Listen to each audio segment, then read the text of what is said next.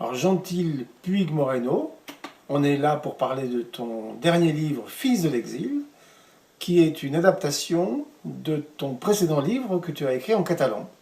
Gentil, tu es né en Catalogne. Tu arrives en France en 1939, Oui. à l'âge de 5 ans, Oui. à la fin de la guerre civile espagnole. Oui. Dans le chapitre 1, où tu parles de ton enfance à Toulouse, Gentil, que retiens-tu? Je me pose très vite, à l'adolescence plutôt, des questions sur mes origines. Et notamment celles de mes parents. C'est-à-dire, qu'est-il arrivé à nos parents pendant cette guerre civile? Pourquoi ils ne nous en parlent pas? Ils nous imposent un grand silence. Et nous partons, avec un ami, à la recherche de notre identité. Et pour trouver des réponses, nous allons commencer à militer. De 1958 à 1963, tu es à Paris. Et comment se fait-il qu'à ce moment-là, tu vas en Union soviétique? Je suis nommé à des responsabilités politiques. Je me trouve à un moment donné au Festival mondial de la jeunesse à Helsinki. Et là, on me propose d'accompagner un poète qui sort de la prison franquiste et en Union soviétique. Et à partir de 1961, tu vas commencer à avoir des voyages très spéciaux en Espagne. D'ailleurs, c'était la consigne du Parti communiste d'Espagne, c'était revenir au pays. Et là, je vais avoir effectivement des missions à apporter, des journaux du Parti communiste dans des valises à double fond. Alors évidemment, ceux qui se faisaient prendre dans ces voyages, ils couraient le risque d'avoir 10 ans de prison. En 62, tu es exclu de la direction des jeunesses socialistes espagnoles, unifiées. Et là, tu en profites pour aller en Algérie.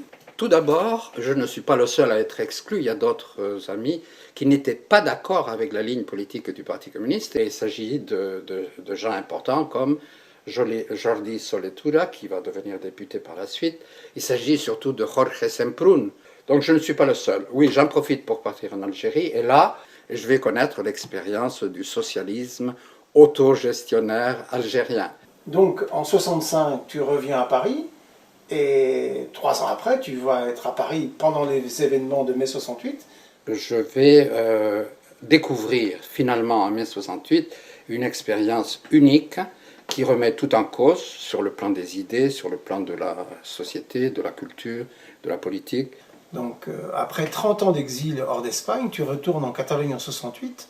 Et comment vas-tu vivre ce grand changement sous la fin du franquisme? Je passe d'un gaullisme au franquisme, c'est quand même pas la même chose.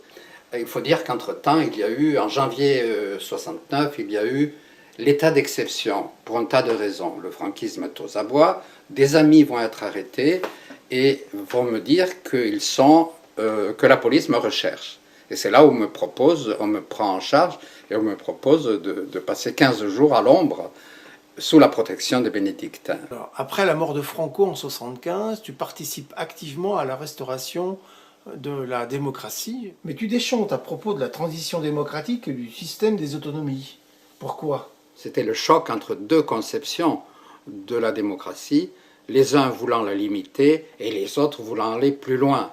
Donc ce compromis a été en défaveur des démocrates et c'est finalement les néo-franquismes qui ont gagné ce système au début de la transition. Et donc nous étions tous très déçus, notamment au sujet de la loi d'amnistie de tous ceux qui avaient torturé ou qui avaient tué tous les républicains.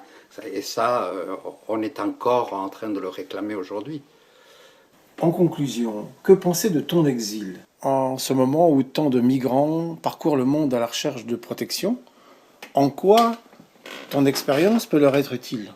Oui, très bonne question. Je pense que l'accueil est très important, que moi j'ai reçu cet accueil et que je m'en suis sorti, que j'en ai fait une force, alors que bien souvent, s'il n'y a pas cet accueil de la part de la société qui reçoit des migrants, effectivement, le migrant se trouve désappointé et en situation de détresse.